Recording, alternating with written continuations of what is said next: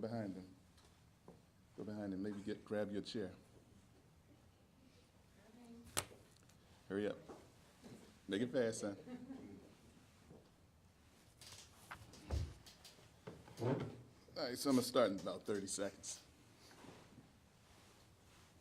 How you doing? Thank you all. Thank you all. Speak loud, the mic's in between you guys. Testing, test. Well, I'll move to the side. Can you all hear me very well? Okay. Where's little man? He was that interested, huh? Huh? I know, you're gonna get in there, you're gonna pull out a tablet.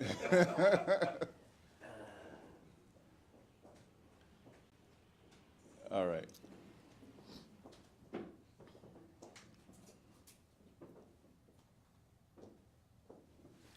So again, I want to thank you all for coming out here on such short notice to hear a little of what we have to say about Tavon.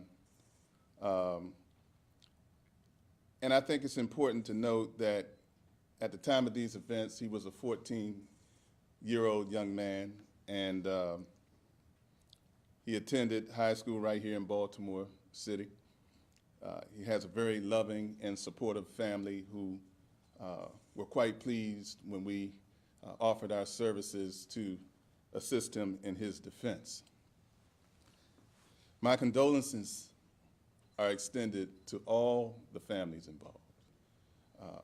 This has been a serious tragedy of a major sort, and we understand that there's a lot of pain, there's a lot of hurt, confusion, and a lot of anxiety as to what the future will hold as it relates to this case with regard to our client, as well as the families who lost a loved one. And that is not lost on us as attorneys, that there's been a very serious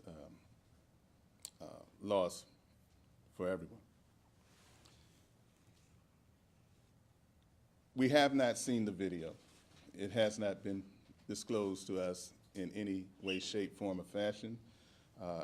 I'm not really sure if the State's Attorney's Office know that we're on board, but we are officially on board. We officially represent the arrestee in this case. We have been retained. In terms of the allegations where they have our client as the shooter, I think that if the facts show that to be true, then this case is very defensible. Someone wielding a bat, we would believe, is definitely deadly force, and the law allows deadly force to be met with deadly force. We understand the duty to retreat, but there's no duty when it's unsafe or the avenue of escape is unknown. We will color those defenses as we receive more evidence in this case, but we definitely feel that at least one or both of those defenses apply to this case. I do believe that the shooter honestly and reasonably believed that he was in imminent or immediate danger of death or serious bodily injury. I think ultimately the facts are going to show that this is a case of what we call perfect self-defense.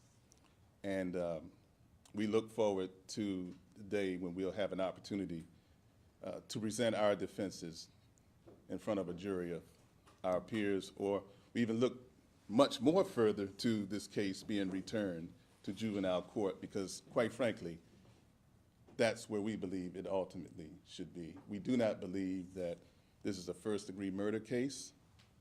We do not believe that this is a second-degree murder case. And so we'll be working feverishly and very hard to have this case sent to the Division of Juvenile Causes. Thank you. Everything that Jay Wendell indicated is correct, and I thank him for bringing me in on this, because it's a sad situation for everybody.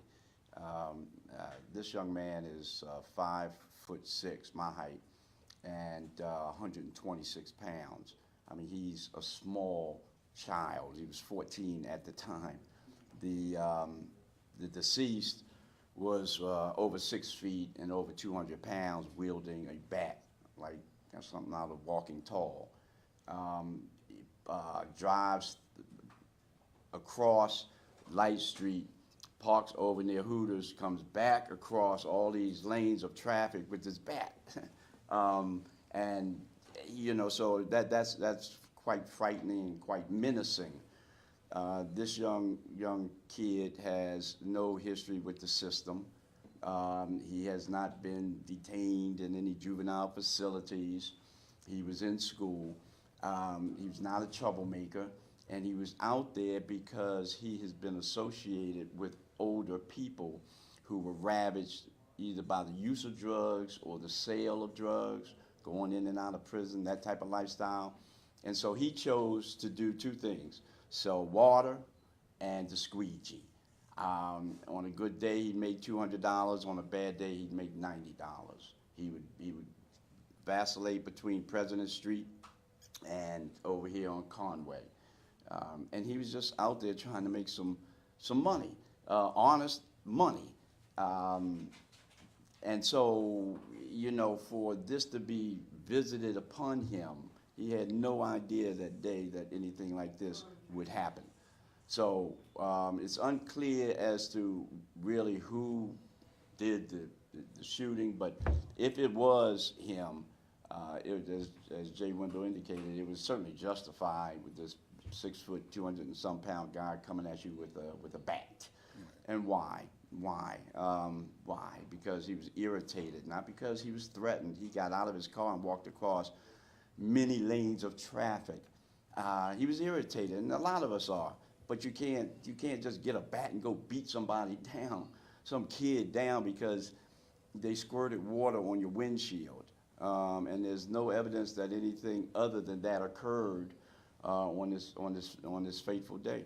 And so if, in fact, that's where we've come to, that you are allowed to use a deadly weapon against a little frail 14-year-old boy because they irritated you, then we have lost all sense of a civilized society. And so I'm glad to be a part of this because, you know, there are big issues we all know at play here, and politics has entered into it.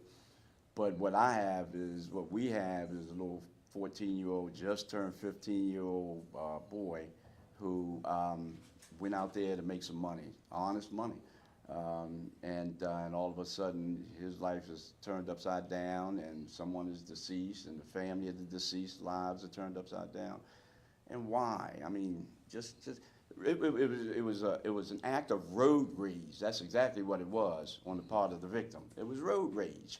And so, you know, I don't know what it is about our society these days, but we get angry so quick, and we get violent so quick.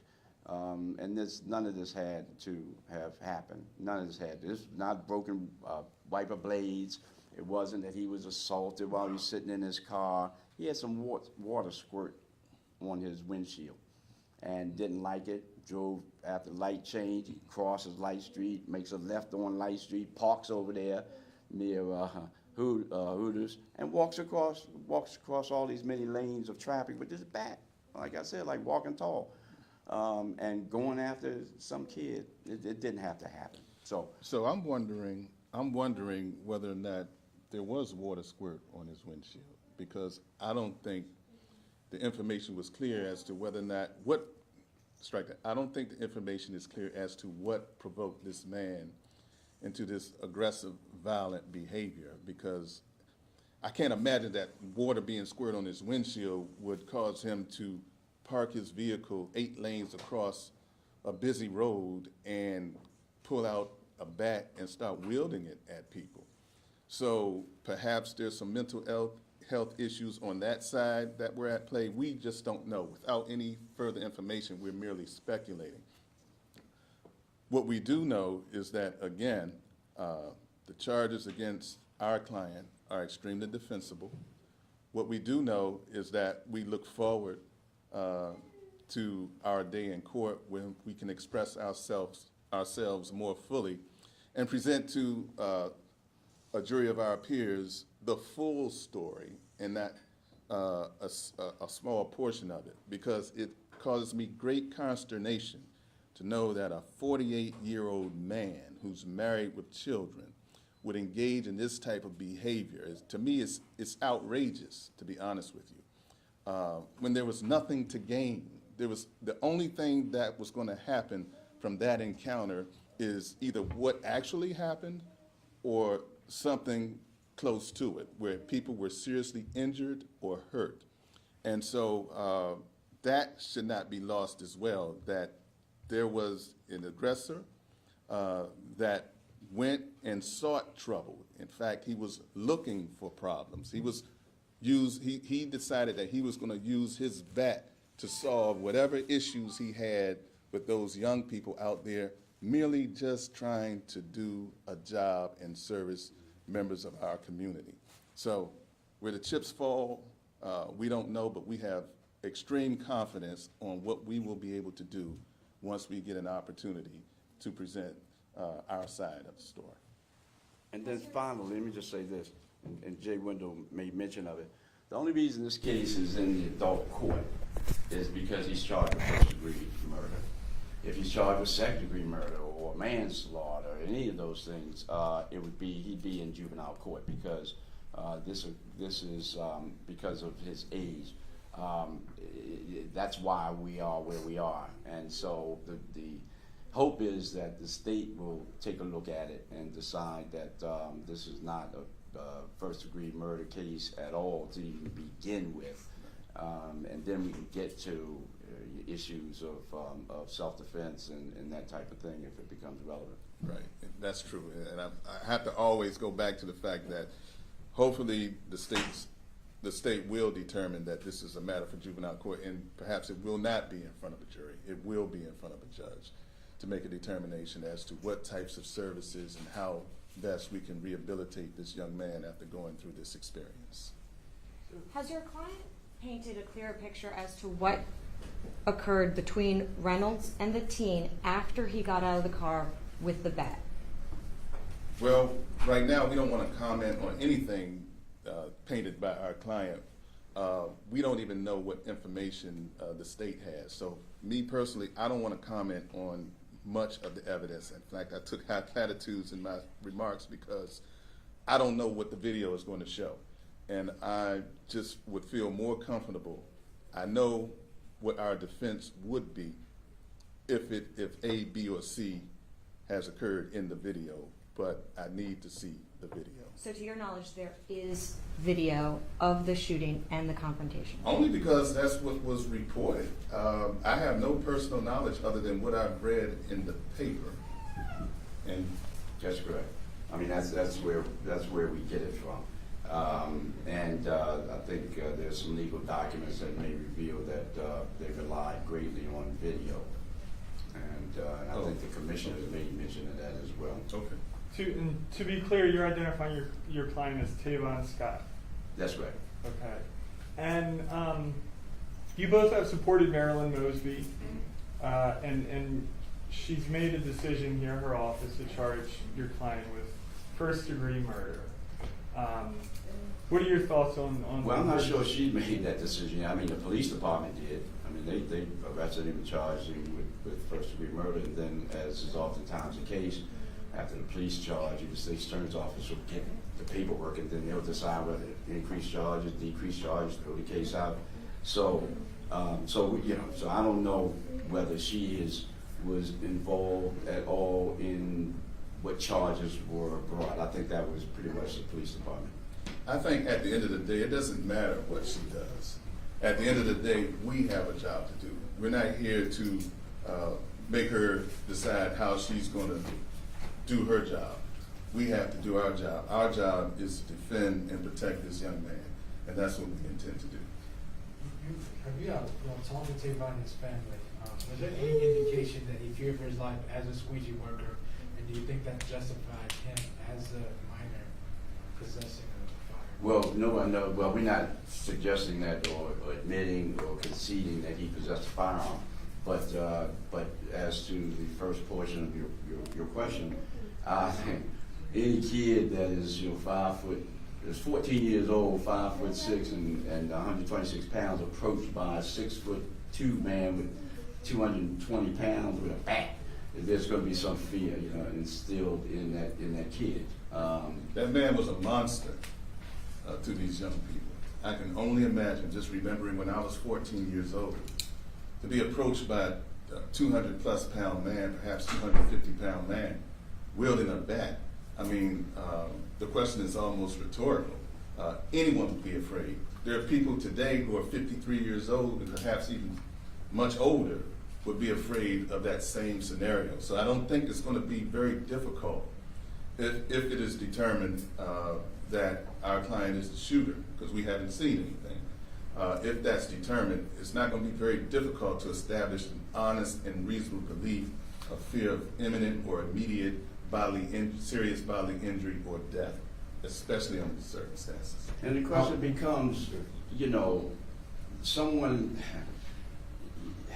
you see someone get out of their car with a bat and they come across 8 lanes of traffic, cars coming and going. I mean, what do you think as they approach you?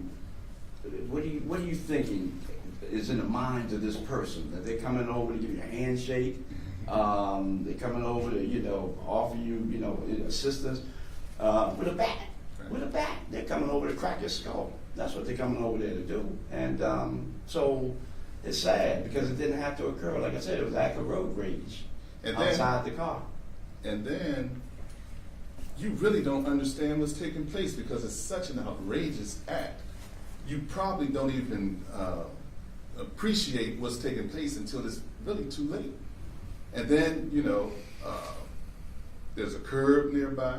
You could trip over that curb. And if you trip over that curb as you're trying to retreat, whether you're armed or not, if you're backing up and you trip over a curb, you can get battered to death by this 200-plus pound man. And so we need to really understand what the evidence is. But if he's the shooter, I think when you start talking about duties to retreat and whether it's unsafe or whether you know of any avenues of escape, you're petrified. You're paralyzed by fear for the most part. Because if there was a gun involved, well, not if there was, we know there was a gun involved. But if this man is still coming at you and you're holding a gun and you're 3 to 4 feet away from the curb and you don't really know where it is, but you know it's around you somewhere, that makes it unsafe, perhaps in some respect, because this is a 14-year-old. So we have to always remember, we're not talking about adults. We're talking about children. This is a child. He doesn't really know how to respond to that level of force, that level of intimidation. So there's a whole lot going on. So we don't know what the facts are. We don't know what the video shows, but we do know the area. We've seen squeegee workers, as you all call them, but squeegee young people, in fact, we've all had experiences with them. Some good, most of them good, some unpleasant, but we all make it through. And I expect that this situation probably is an anomaly that will never occur again, but here we are today. Did he limit us about you mentioned about your client, without getting into facts of the case and trying to get the facts and things like that, just his concerns from conversations with you, dealing with what's happened in terms of going through court and all that stuff. Can you just talk about that a little bit? Fear. I mean, fear. He's not. I know some people would imagine him as being, stereotypically used to the court systems and all that. That's not him. Not at all. Not at all. He is out of place where he's being detained, and he's frightened. He's a handsome little man. He's a little boy. He was 14 at the time. Little small kid. No involvement in the juvenile criminal justice system. Nothing. He's just a kid. Instead of mowing lawns or tossing newspapers, he's out there squeegeeing and selling cold bottles of water. And so he's frightened. He doesn't know what the future holds, and he's smart enough to understand that, this is a flashpoint, in terms of that, a lot that's going on in the city. So he's frightened, but we just told him to keep his head high because from what we see, he didn't do anything wrong. And the gentleman, with the deceased, I think that I'd read, that he had a bad encounter in the past with some squeegee kids. And so there must have been some lingering hostility towards these guys to do what he did.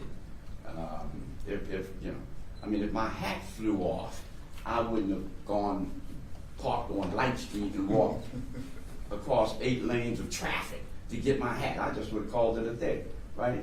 So for him to come across with that bat, he meant business, and he meant business because this wasn't his first time having an unpleasant encounter, not an illegal one, an unpleasant encounter.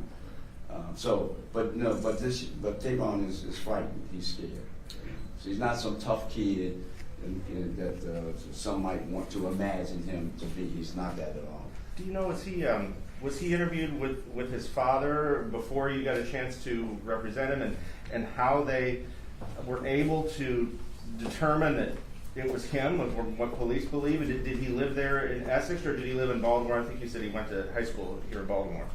I don't think any interviews were given, and quite frankly, that's what gives us certain concern as to, what information does the state really have other than they're saying that they talked to some witnesses and they were able to identify. We don't know.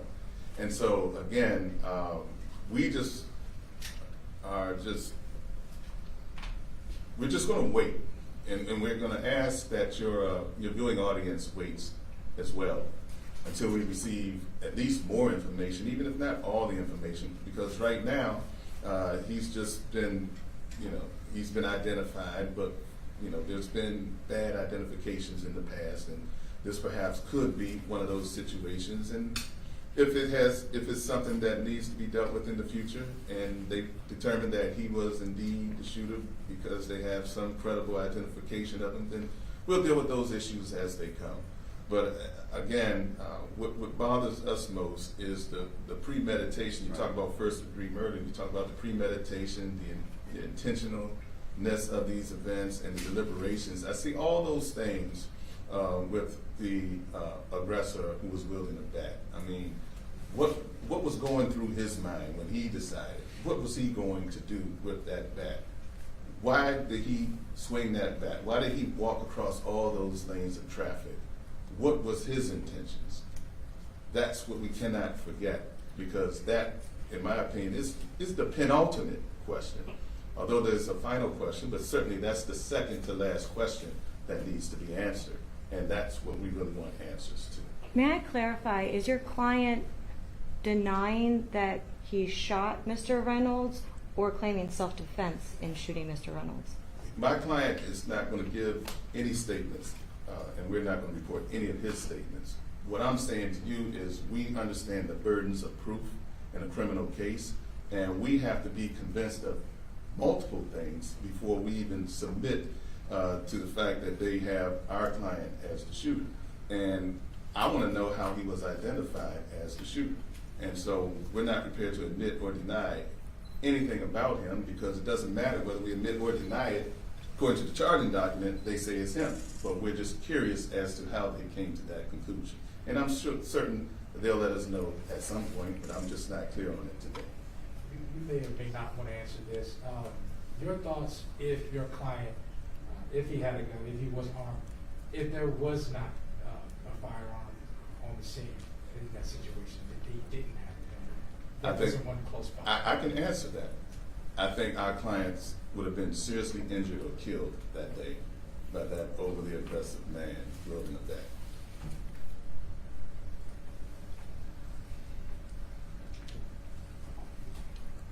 We know he has his bail hearing. Do you all plan to be present? Yes, that's today. I mean, we don't expect that the judge will release him, but I do want to pick up on what Jay Wendell was saying about the premeditation. I mean, as an essential element of first degree. It's just, regardless of who fired the shot that killed this gentleman, it's not first degree. It's not even premeditation. You're surprised with someone coming at you with a bat. That's not premeditation. And so it shouldn't even continue. And it's a little disingenuous, quite frankly, for the state to continue a first degree murder charge under these circumstances that they are fully aware of, including that the victim is going after these kids with a baseball bat. It shouldn't be first degree, and that's important because that's, again, the only reason this case is in the adult system. So we shouldn't even have to petition the court to have it transferred to juvenile court. It ought to be in juvenile court right now. By law, it ought to be in juvenile court because there's no premeditation. I don't care who did this. And so it really should not even be in the adult court. So we'll see what the state attorney's office does. We'll see. And another thing that I want to point out, even if we see video, the video is going to be silent as to what's being said. And I would expect that there were certain warnings given as the shooter was backing up before he fired the weapon. I just would expect that because that's what our preliminary investigation shows.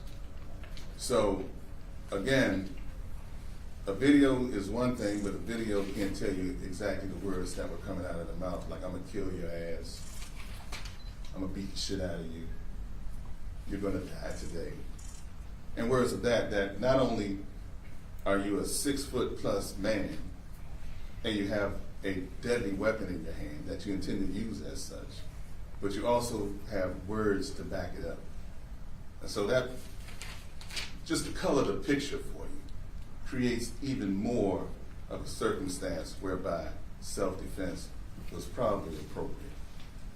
And listen, if we all had a bird's eye seat to this, if we all saw it from beginning to end, alpha to omega, when we saw, as we watched this guy go through the light, cross traffic, park, get out with a baseball bat and start heading back towards these kids, crossing these many lanes of traffic, what would we have thought? Right. He's not doing it quietly. He's going to hurt somebody. That's exactly what we would have thought. And the average reasonable person would have thought he's going back to hurt someone with that bat. And so you've got a 14-year-old kid. What is he supposed to think? And again, we don't know how you react to these situations because kids, you can do fight or flight mode. You could just be paralyzed by fear. So all these issues are going to have to be fleshed out. And so, again, a silent video doesn't tell the entire story. It only tells part of it. So I just want you all, again, to keep your minds open, the viewing audience, keep your minds open, that the lawyers do what lawyers do. And we expect that this case should be resolved satisfactorily. What other charges is your client facing aside from first degree? It's customarily it's first degree, which will encapsulate off second degree manslaughter, all that. Use of a handgun in a crime of violence, possession of a handgun by juvenile. But so it's essentially, all part of anyone who's charged with shooting someone to death is going to be charged with, that panoply of charges. So that's what's been leveled against him. But remember, this is the police department that did that. The state attorney's office, I don't believe, was involved in the initial charging of him. And even if they were, they can also review the charges after getting more evidence and make perhaps a more appropriate decision. But again, that's not our concern at this point. Our concern is defending this young man to the best of our abilities, and that's what we intend to do. And to further clarify, you guys are confident at this point that he met his duty to retreat? Depending on if he's been identified as a shooter, and I'm not trying to create this mystical, mystery about who the shooter is, but I need to know that he's been properly identified. Whoever the shooter was, yes, I do feel that that person's case is defensible. And keep in mind now, we're talking about the state of mind of a person, you know, whether or not they feel like they can reasonably retreat, safely retreat reasonably. You're talking about a 14-year-old. Right. You're talking about a little 14-year-old. His thinking is, or her thinking, a little 14-year-old. It's not going to be as mature a thought process as a grown adult. And so, but, you know, from what we've seen, I don't think anybody had the opportunity, any of these kids had an opportunity to retreat with this guy coming at them with a bat. Yeah, this thing was happening fast, Was. and so it's an effort to retreat. The law says reasonable effort to retreat. And so that's, you know, all those things, words are gonna mean something when we get to trial. I mean, in common parlance, it probably doesn't mean much, but when we get to trial, in a sterile courtroom, every word is gonna have meaning. And a reasonable effort, whether it's backing up, half a step, 2 steps, as long as you're not aggressing forward. And so, we'll take a look at everything. When we see the video, we'll be able to analyze it. We know what the law is, and we'll be able to, you know, better illustrate our points.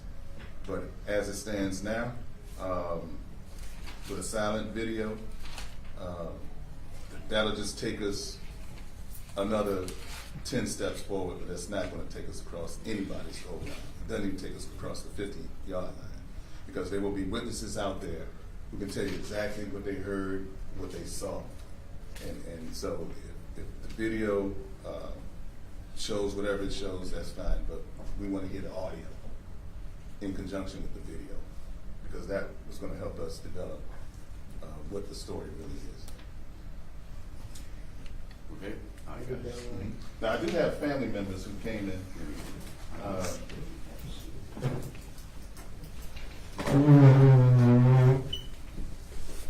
This is Dan. Give us like 3 minutes, Okay. then we'll shut this down real quick. Oh, talk about marrying me.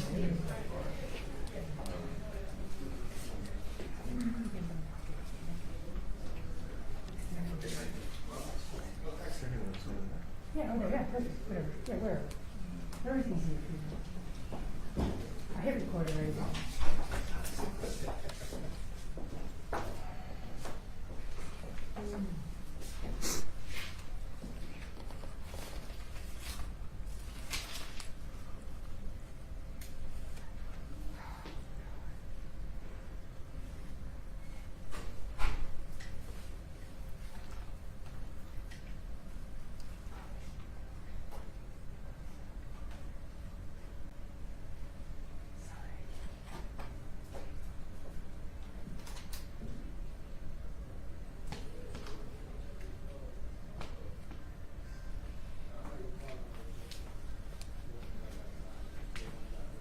So, the grandmothers actually, we would like for you all to meet them.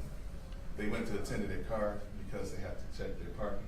Do y'all have time for that? Yeah, I know we're going to the hearing. We probably should get out of here by 1 at least, right? Yeah, we'll be done by then. Okay. So maybe we can give them, maybe 5, 10 minutes? Okay. Wendell, I have a question. Mhm. Just in terms of the process, can you guys, sorry, one step in front. Logistically, do you guys file the petition to have the case moved to juvenile court, even if he's still charged with first degree, or that has to be knocked off in order for you to even be able to do We're that? gonna file it, You can, so you can file it. yeah. Okay. You know, it's Do you certainly plan to not- file that today? We intend to file it post haste. Okay. Yeah, post haste. And the proper language of that would be file a petition? Yeah, File- petition to have it Okay. back to juvenile.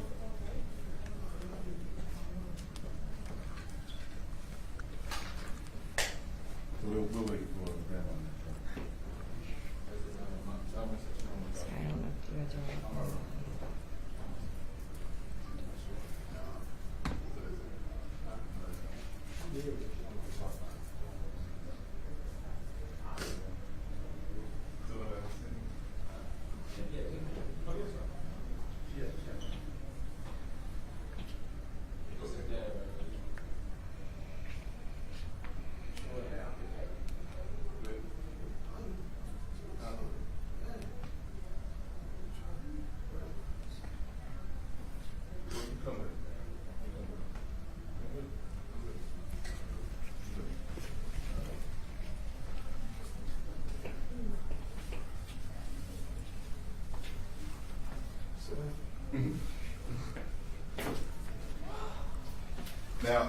has a set of ground rules. They're not gonna talk about the facts of the case. They're gonna talk about how they feel. Feelings, but no facts. And have that. If it's all right with you, would you all identify yourselves? You're My name's Tavon Scott. Tavon Scott. I'm his father. You're his father. Can you spell your name first, please? T-A-V. Sorry. T-A-V-O-N. Last name Scott. Yeah. And you, ma'am? Tanya McLean, Tanya McLean. Would you spell that for us, please? T-O-N-I-A, And Spell your last name. M-C-C-L-A-I-N, and your relation? the grandmother. Yours. And Mr. Scott, is it senior or junior, or is Senior. you're senior? Yeah. I bet your son's junior. Yes. So, Mr. Scott, based on what police told us, you went down. You were there. Were you there when your son was We're arrested? not gonna discuss No. that. Oh. We're not gonna discuss Oh, it. okay. Can you tell us Right. about your son then? Tell us what kind of person he is, and your feelings about all that's going on. Yes, he's a good kid. Everybody make mistakes. Wait a minute. He's scared. He never been to jail before. He had no criminal background. He like to read.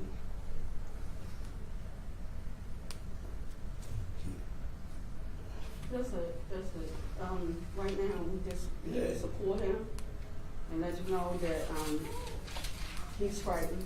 Yeah. And we here as a family, He, we there for he him. never been through nothing like this before. He never been through nothing like this before. It's a shock to all of us. And for whatever happened, I know for a grown man to come at a child with a baseball bat, they children. He not a squeegee kid. So for the world to think he just a squeegee kid, he's a child with feelings. That's my child. And if it was the other way around, if black man would have went at a white child with a baseball bat, let alone he could have got away from the scene, he did wrong. So thank you. So the mistake he's talking about is perhaps being there or being around that area, perhaps at that time. Yeah. Thank you all. Thank you, sir. Good. Just give us spell your last name one more time, please, just to make sure. M-C-C-L-A-I-N. M-C-C-L-A, capital C, M-C, capital C. Right, thank you. Thank you. Thank you all. Thank you, folks. All right. That concludes it. Thank you. Thank you, sir. Yes, sir. Does anyone have comment questions?